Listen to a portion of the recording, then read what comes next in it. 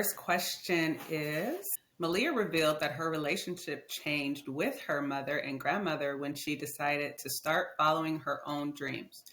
Have you ever experienced that? And if so, how did you handle that? Hmm. Yeah, I think we have parents in our lives that they envision a certain life for us, and then you do that to a certain extent when you're a child, and then to a certain age, it's like, this isn't working out for me anymore. And I'm only Right. doing this to please my mother and my grandmother. That was really big for me, especially being in the church, and they had this envision, they wanted me to be this grand speaker, and I would always give these monologues and go to these competitions, and they wanted me to play the piano and do all that stuff. But, when I told them what I want to do, they'd be like, nah, that sounds good, but no, that's not what Jesus has for you. That's not what God has for you. Really? Is that what he told you? Yeah, so I was forced to do a lot of things, and I did them because, I wanted to make them happy, but when I got older, and I wanted to do my own thing, I don't think I got a lot of flack from them, but you could tell it was just like, oh, okay, It was I that guess. disappointment. Hope it works out, kind of thing. Yeah. And it wasn't like, my mom didn't talk down on me about it or anything, but it was just like, well, hope it works out if that's what you want to do. I'll support you from over here, and then I had a heart to heart with my mom one day, just about her, fussing at me a lot or whatever. And it was really bringing me down and making me sad and stuff. And, so she stopped doing that.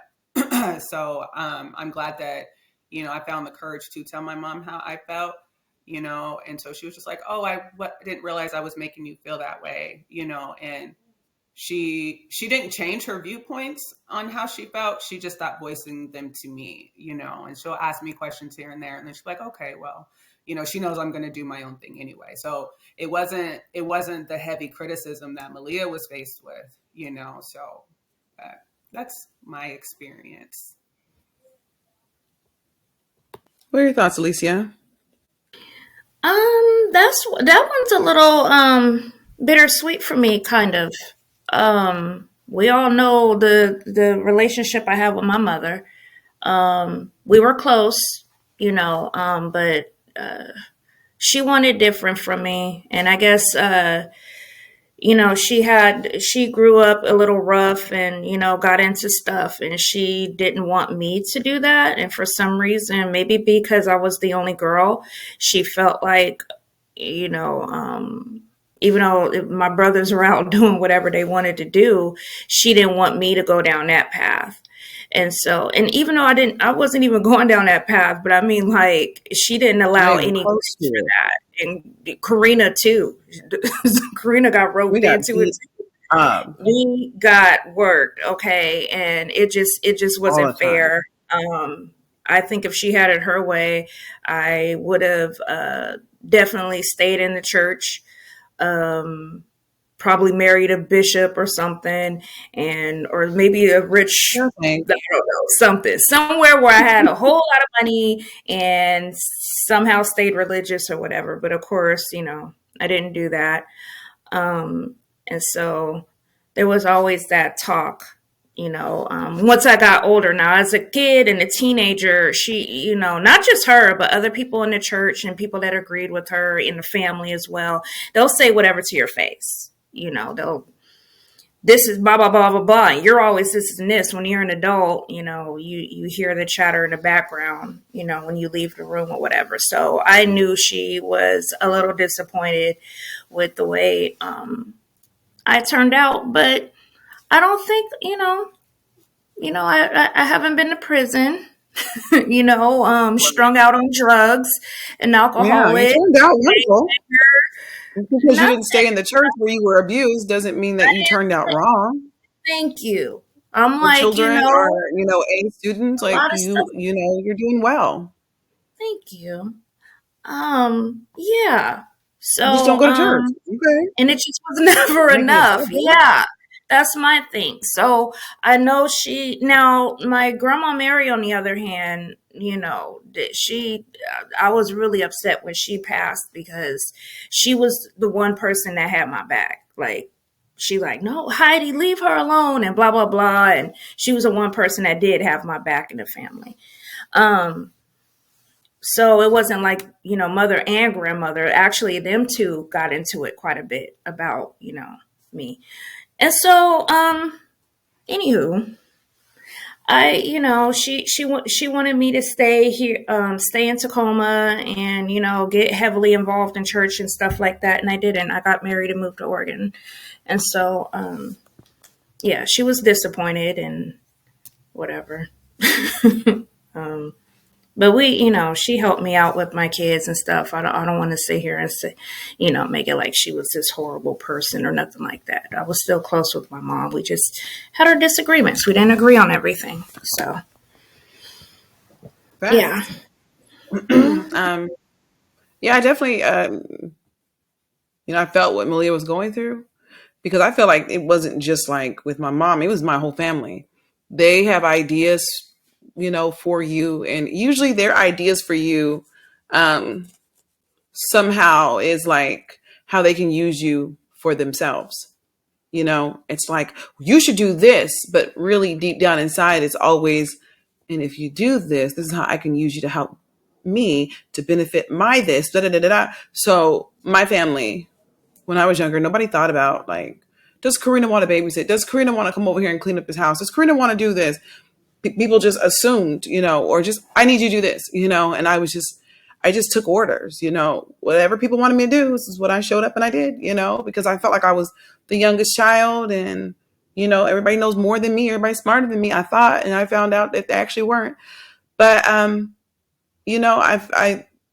lived a good portion of my life just trying to be compliant, trying to do what everybody wants me to do. And me and Alicia were talking, and I guess, we always have like these moments where we like reflect and stuff. And I said, it was really hard growing up because her mom was really hard on us. Like, I wasn't even her child, honey. I didn't even live in her house, and I was getting jacked up from across the street. She'd be like, coming out, I know you ain't wearing that. Get in the house and change your clothes. And I'm like, so I got to the point where I would be peeking outside to see, I'm like, is she outside? Is she getting in the car? Like, there would be sometimes I would see her mama hit the block in her Cadillac, and I'm like, no, I'm going back inside the house, because I know she's going to be like, and I know your stomach ain't showing. Like, she would literally pull up on me, roll down the window, tell me to go inside, and then come back across the street and let her see if it was appropriate. And I was like, just let me live a little. With Karina, and if that wasn't bad enough, if Karina was dressed provocatively, somehow I got in trouble for that too. Like, she would tell Karina off, and Karina go back in the house, and she would tell her like that wasn't her child. She's like, get in that house now, get in there. And I'm like, why are you talking to people's kids like that? And then I would get in trouble. Oh yeah, okay. So I know you think you got some belly shirts or something here. You guys is always trying to be grown. Yeah. I'm like, what? And belly shirts or tank tops, real provocative. That's next level. We was ready to hit the streets, boo. Rated, what I'm saying? Clothes. Yeah, we worked at Magic City. Had to match. So side story, we got in trouble one time so me being the daydreamer that I am, Alicia had these cups from McDonald's, and they were like with Quasimodo and Esmeralda from Hunchback of Notre Dame, whatever. And I was like, let's make some purple Kool-Aid and let's pour it in our fancy cups, and let's put a blanket on your front not front porch, but on the grass in your front yard, because her grass was like way better than our grass. It just was softer. So I was like, and then let's just sit here and let's just sip on our drinks. And I was 8 and she was 10. And this is so relaxing. And we're just talking about the future and what we want to do with our lives, and how one day we're going to have homes and we're going to have fancy glasses like this, but they're not going to be plastic. They're going to be glass.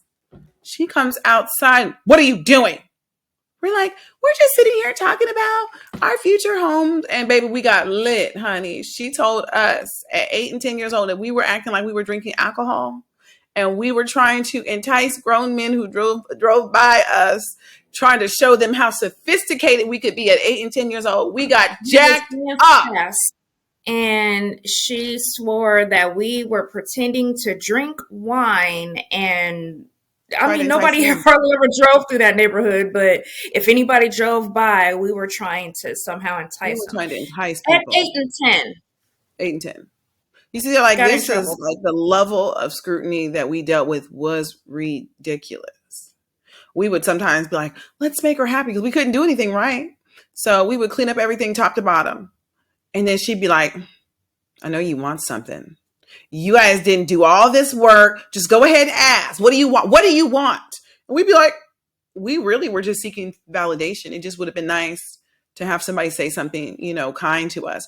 Our brothers could go outside and rake up a few leaves in the front and be like, I'm going to give y'all $5 a piece. And we'd be like, what? Like, I feel like her mother had it in for young girls. Like, she was like, nah, I know what y'all really trying to do. Like, she used to hook us up. So it was really, really hard. So I feel like we really lived under a high level of scrutiny.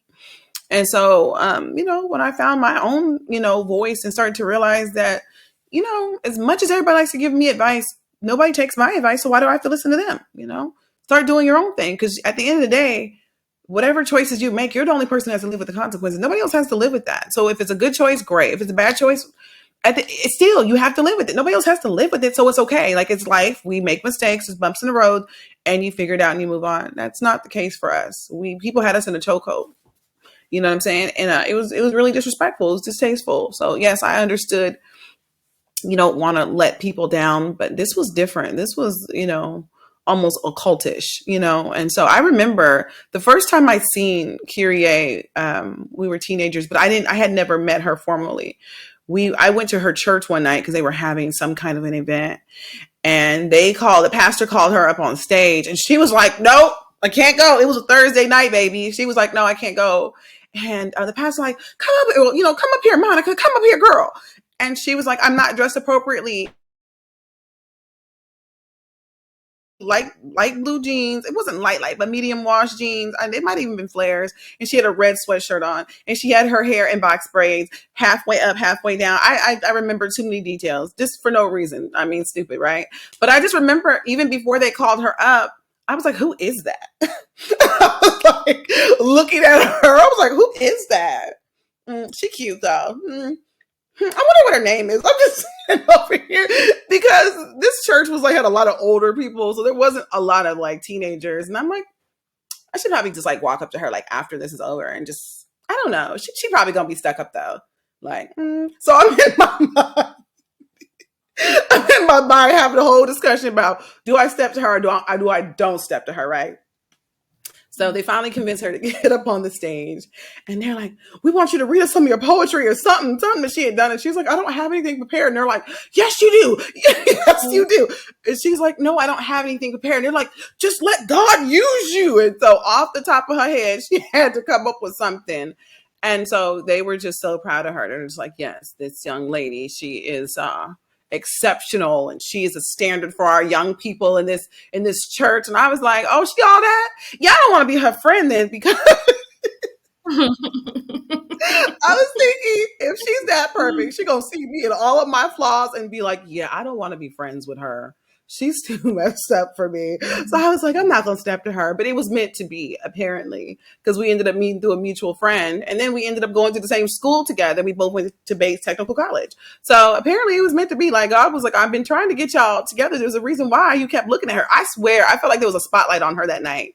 And I kept staring over at her. I'm like, I'm not a lesbian, so I don't know what this is. Why am I looking at her? I'm telling you, it was destiny. We was meant to be. You know what? I was chuckling because you did that one. Okay, so we didn't know we were related at first, but I would come outside and Karina just be out there just mad dogging. And if she wasn't mad dogging and she looked confused, and she'd be like, and she wouldn't say nothing, but she just would look crazy. And I'm like, the hell is wrong with this? I always look crazy. Isn't that terrible? I mean, and you were little. You were like 7. And I was like, I'm 9. But I'm like, that girl is probably mean.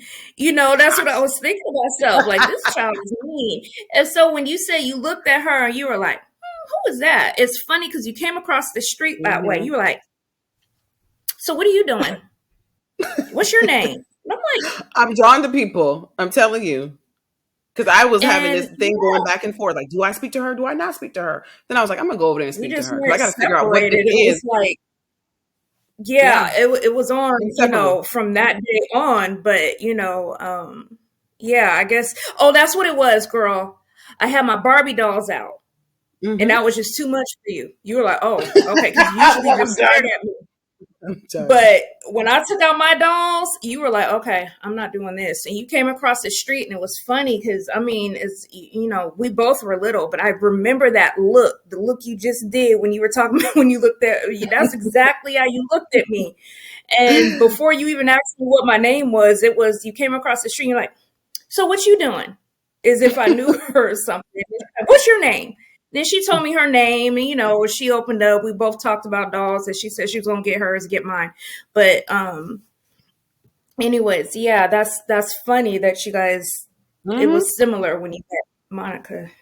Yeah, I don't do that with Sorry. everybody. It's not like I see people and I'm just like, yeah, I just got to do it. It was an urge I had with you guys, and I followed through with it. And it worked out. So Right. that's my You question. know, Well, that's my answer. this conversation made me think about how a few episodes ago we were talking about Malia breaking tradition, and I was Mm-hmm. just thinking about, us breaking tradition. But the comment had came up before about, Malia didn't set out to break tradition. We didn't set out to break family tradition, but because of how we were treated and the things that happened to us in our families and the church with Say that. certain, Mm, certain friends, mm, it was just like it caused us to take a step back and be like, I don't like this. I don't want to go through Mm-hmm. my life living this way, and then be at the end of the road acting like these people, these grown-ups act. Right.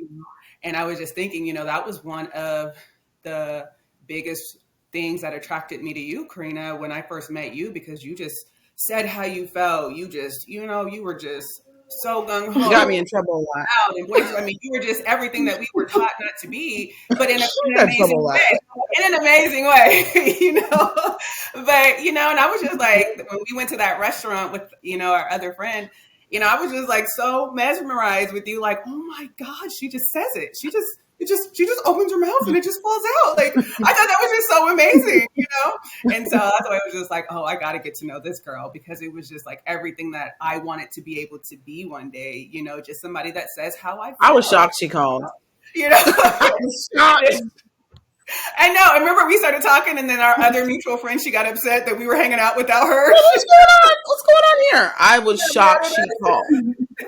I was floored. I gave her my phone number and I was like, she ain't gonna call. I was like, because for whatever reason, like usually when I first meet people, I'd be like, I'm just gonna be really quiet and I'm just not, and I don't know why. I was like, F that. Like, I'm gonna tell her, like, you live on the east side? Okay, let's talk about this. We got some problems. Like, and we just started talking about things that were going on the east side and not so much even just people, just the way that people interacted and behaved. And it was just like, why is this side of town so violent? Why do these chicks carry blades? Like, you had to be tough to live on the east side, honey. People was ready to go at you at any moment, and you had to stay ready. Even the guys wanted to fight. So it was just like we were just talking about stuff, and I was thinking like, I don't even know why I'm talking to her like this about all this stuff, but I did, and I was thinking, yeah, I didn't push her away like I done everybody else. I didn't say it too much, and like, what? Like, who says that on the first time meeting? So I was like, okay, it's nothing I haven't already done before.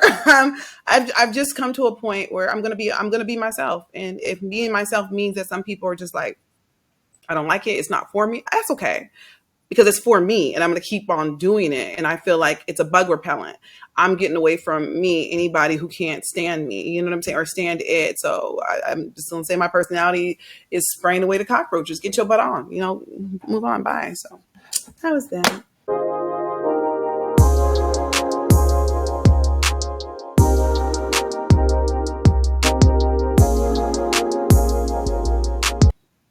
What's our next question? Alicia, it's yours.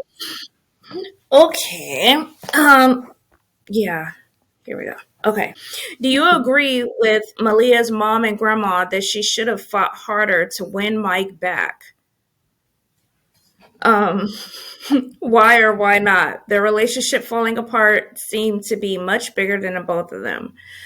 No, I do not agree. That is why I had to pause and look at the camera, because I do not agree that she should have fought harder for this cheating piece of mess. When I dealt with that, I'm like, look, we are both in the same relationship. So if I'm not running around and doing this and doing that and whatever, if we're not happy, we getting that hammer. Okay.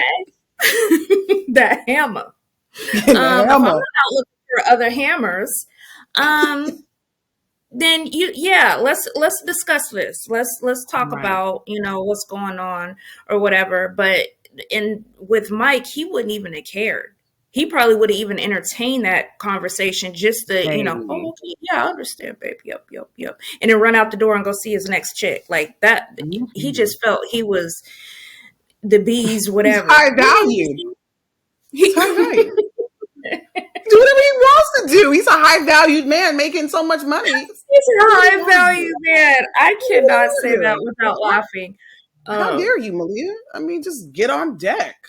You know what I'm saying? Like, you're lucky he even wants you, sis. Okay? You're lucky he's even looking at you like that. He could have had 100 different ones, but he chose you. You know what I'm saying? So pipe down a little bit. Even though she didn't bring anything to the table. She's not even valuable. That's what high value men think, She doesn't bring anything to the table, even though I don't care how much you make anyway. I don't care about your money. But like, what are you bringing to the table? So no, I don't agree that she should have fought harder, and I don't agree with mom and grandma because she would have ended up like the rest of the women that were going through mess, getting cheated on, probably getting beat on too, and then I don't know. I'm glad she followed her own path.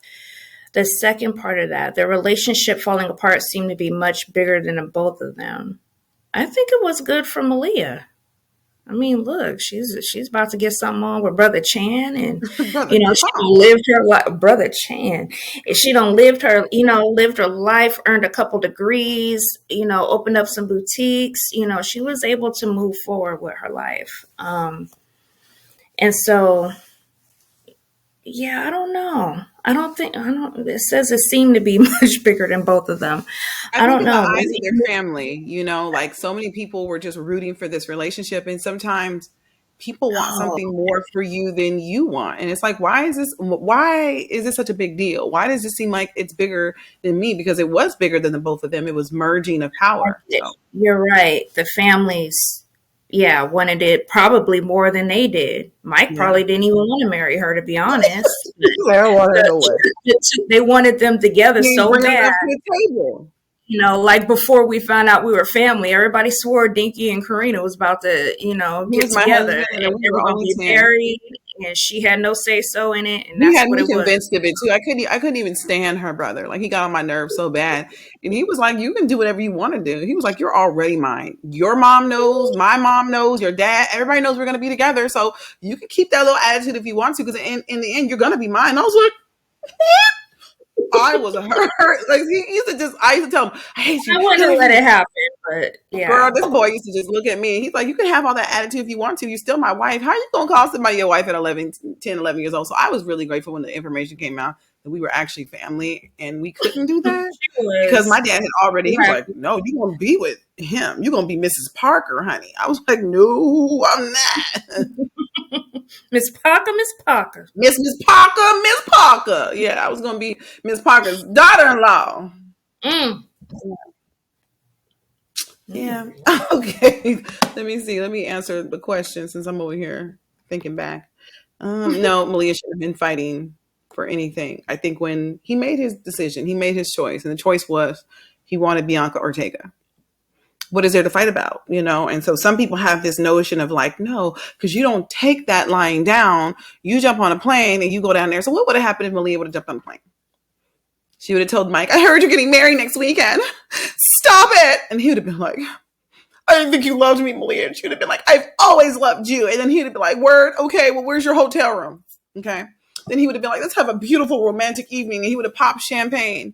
And she would have woke up the next morning laying on his chest wrapped up in a white sheet. And he would have been like, this is not going to work. I thought about it this morning, and I need to keep on with my wedding plans for next week. But thank you for that romp in the hay. That one really good last time. So Malia would have showed up down there and got that hammer laid on her, and then she would have had to go home brokenhearted and possibly even pregnant at this point. So, why are we setting women up? Romp in the hay. You always say something every week. I gotta clarify.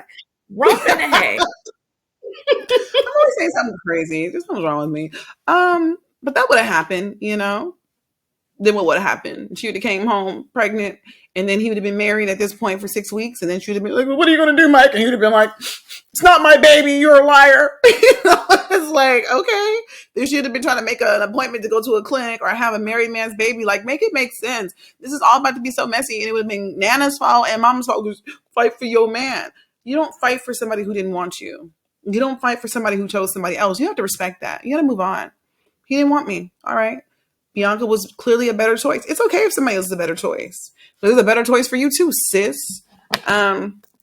Yeah, and back to what I was saying about, I think the reason why the situation felt like it was bigger than the both of them, because it was, their families were worried about trying to merge powerful families to keep this power dynamic going. So that's why.